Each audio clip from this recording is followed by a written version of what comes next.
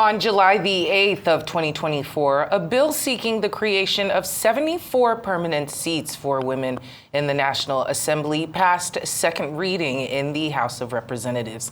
Now, the bill sponsored was by Deputy Speaker Benjamin Kalu and 12 others, seeking to alter sections 48, 49, 71, and 117 of the 1999 Constitution is amended to create one special seat reserved exclusively for women in the Senate and House of Representatives for each state of the Federation and the Federal Capital Territory.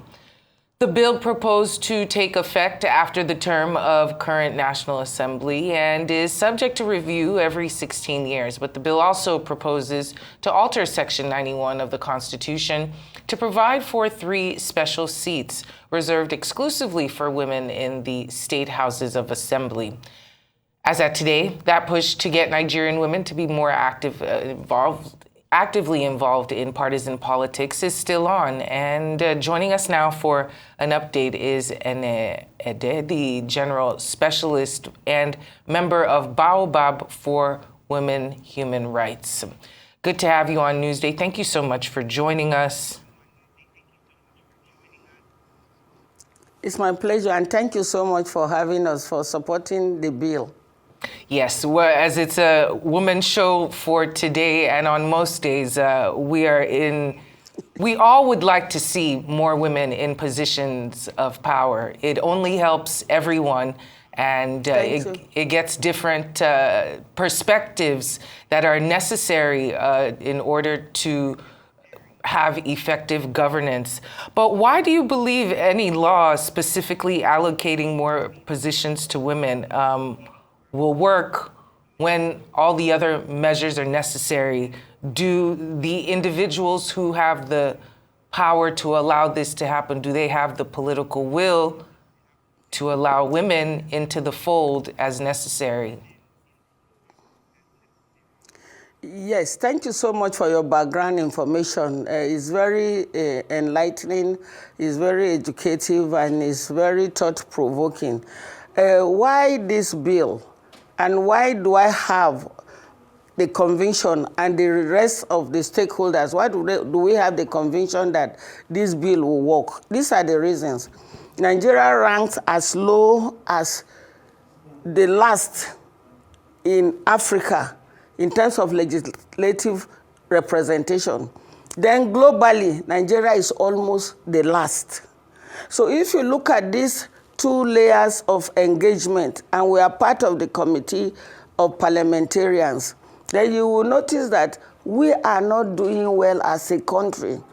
If our percentage is less than 5%, let's specifically put it 3%, with all the quality women we have, then you see that that is problematic. So why are we asking for this? Because this statistics is low. Women representation in governance within the National Assembly is low.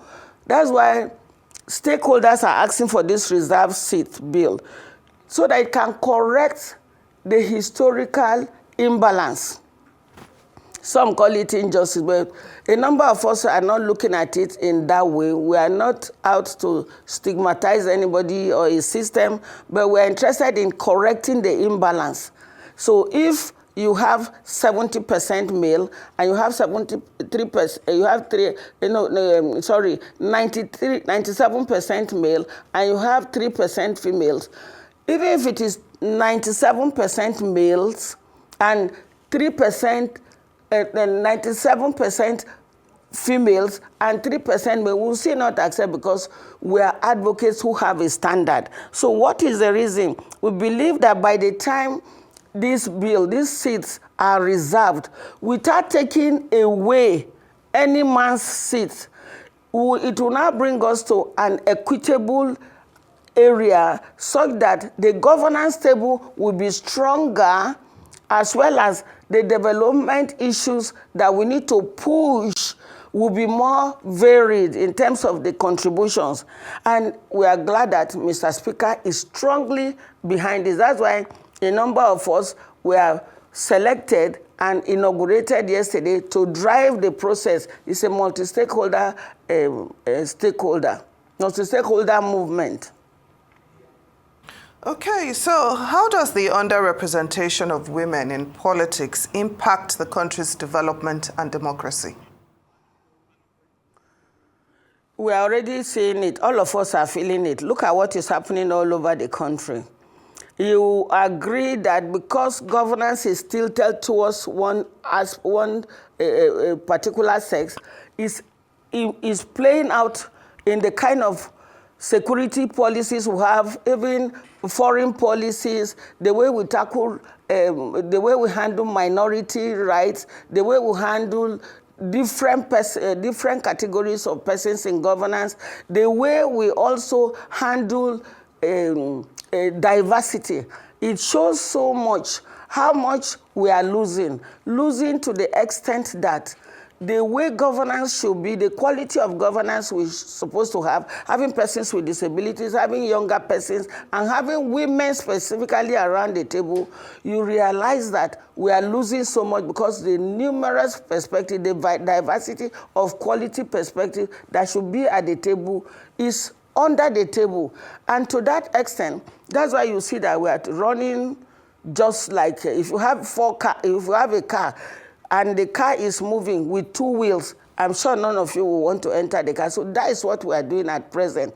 It's showing in terms of our economy, it's showing in terms of our quality of the health system, it's showing in terms of the insecurity, it's also showing in terms of transparency and accountability. So it's affecting every aspect of our lives. And we feel that it is not good for us to have these challenges as a country. That was why the town hall meeting was convened by Mr. Speaker's office, and diverse background, women with different background were brought together, women who have been in politics, women who have retired from civil service, young people, women with disabilities, all of them were brought together and inaugurated to say, how can you come together and be able to champion this cause in terms of leading the campaign, leading the movement.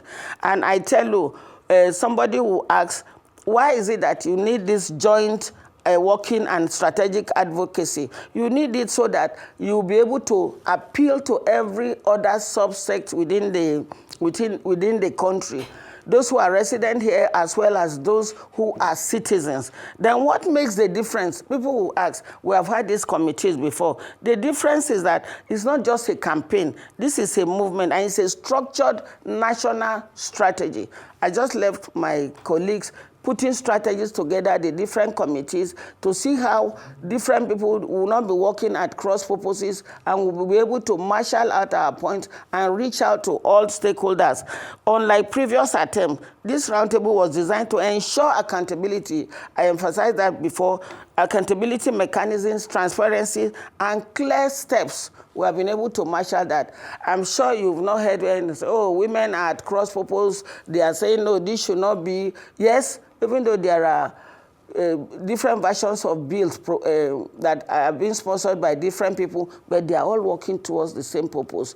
I believe at the end, it will work for us. We sincerely hope so as well. In your experience, what has been the most common concerns or objections that you have received from either colleagues regarding the law and women's representation? And when you do hear these concerns, how do you address them? All these concerns have been addressed since 48 hours ago that we met in this strategic team that have been put together to lead the campaign. You are more or less asking me about what is the next step. So part of what we have found, not strange, because things coming like this, women coming to the governance table, there is bound to be suspicion, misinformation, malinformation, and fear. Because we know too that this bill is to last for only 16 years. That is 4 legislative cycles. It's not forever. To that extent, it's not going to infringe on the existing, it's not going to deplete the existing representation or mandate. It's just additional seats, and it's not tokenism.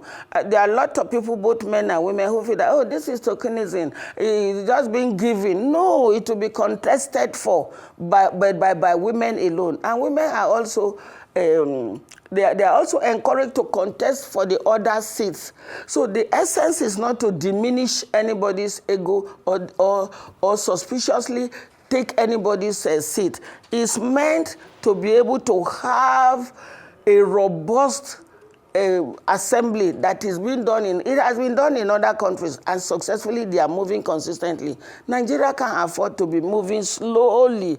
You can't move backward into the future. You can only move into the future with new strategies. That's why we have this multi-stakeholder follow-up engagements, especially by the key geopolitical zones. Public awareness is going to be taking place. Campaign is going to be taking. Traditional rulers, the social media is going to be engaged, because we realize that a lot of people said, look, somebody highly placed in government was even telling us when we went on a courtesy visit that, look, okay, I know you're asking for one seat of the 3 senatorial zones. You're asking for one seat to be taken away. No, we are not taking away any seat. So it's important to continuously clarify, explain, thank people for those who are supporting already. We are not pointing accusing finger. It's a systemic thing. So we will not hold any particular person responsible. So we are ready to clarify issues. We are ready to explain. We are ready to thank. We are ready to beg. We are ready to seek different opinion to be able to agree, because the ownership is very important. If we are able to agree, it's very important. Like the Honorable Kafilat Ogbara this morning, she spoke to us shortly before I got there. She's the chairperson of Senate Committee on Women Affairs. She's the head of the entire committee. She's the one leading with the essay on women affairs. On women affairs to the speaker, also supporting. We have agreed among ourselves that since we have started so well like this, both as women and men, we should continue in that manner. It's in that wise that you can see it's historic. For me to represent, I'm not one of her aides, but she has been magnanimous to say, okay, you are one of us, you'll be one of us, go and represent me because of legislative duties. So you can see that it's a departure from the past. This is why everybody should be encouraged that if you need to seek any clarification, we are ready to explain.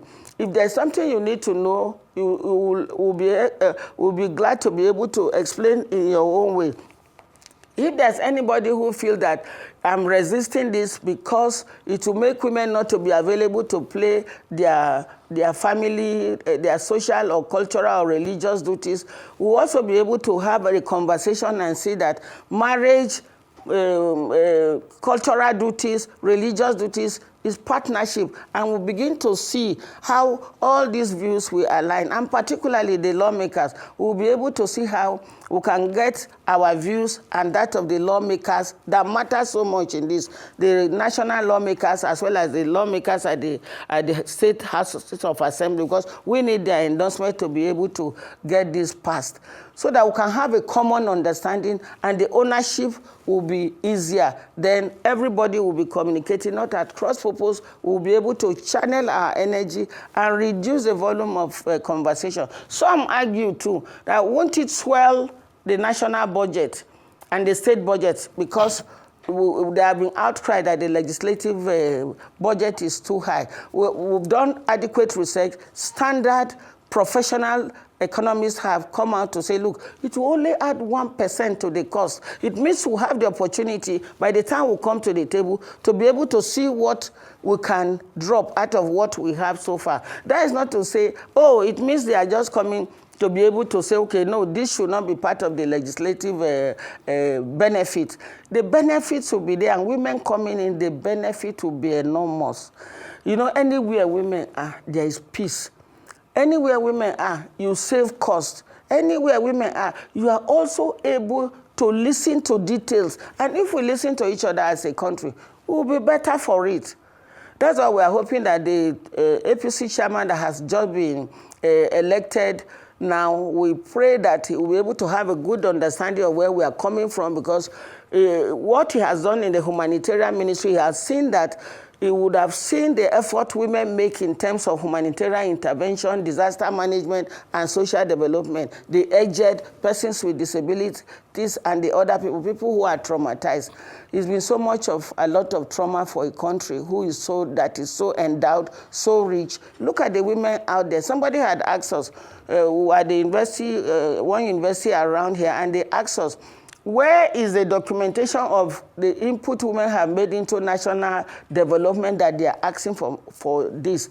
One, even childbirth is bigger. It's a huge responsibility, child upbringing.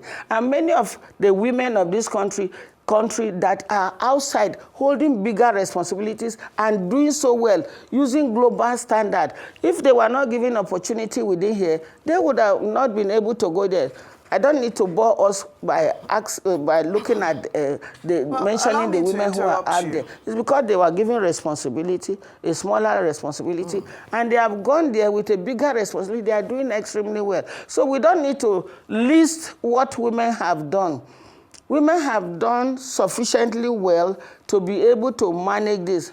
They come with integrity, and they come with partnership, team play, as well as bringing peace and development into this sector. It means the governance sector will be better. And the parliament being a pillar of democracy. I don't know if you can hear me, Anna. Don't have sufficient women there. See what is happening in other countries.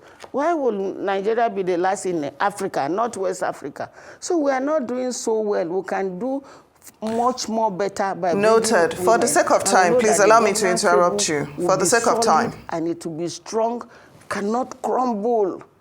Then would have aligned with the objectives and the perception, as well as the standard. We have not reached minimum standard. And the gender specialist, thank you so much for joining us on Newsday.